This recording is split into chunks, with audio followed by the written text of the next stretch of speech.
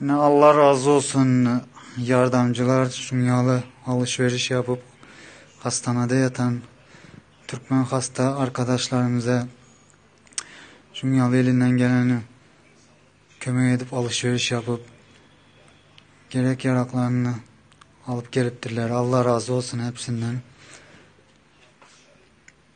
Şeyde yağışı adamlar tapıldı geldi de sultanı kömeği üttüler. Gerek yaramı var mı deyip birileri oldu da çıkılma içerledik. Sağ olsunlar ona.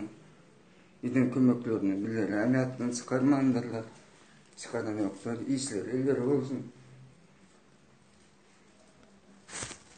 Olur Allah güç kuvvet versin. Hani tas çocuklardı birileri de yardım edip kömeği duayla verirler. Hani işleri ravaç olsun. Allah güç kuvvet versin. Sağ olsun. Evet arkadaşlar, şu Bayram ağamızın ekipleri var. Yanında yardım eden arkadaşları var. Türkmen yiğitlerimiz sağ olsunlar. Şu dünyalı zorlu günlerde zor durumdaki insanlara şu dünyalı bir ihtiyaçlarını almaya yardım ediyorlar. Kıyın günlerinde kömek ediyorlar. Allah razı olsun emmesinden. Sağ olsun.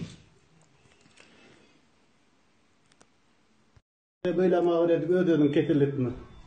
Düşünüyor musun? Sabır kemçilik gep görün bolsa ayda vermeli.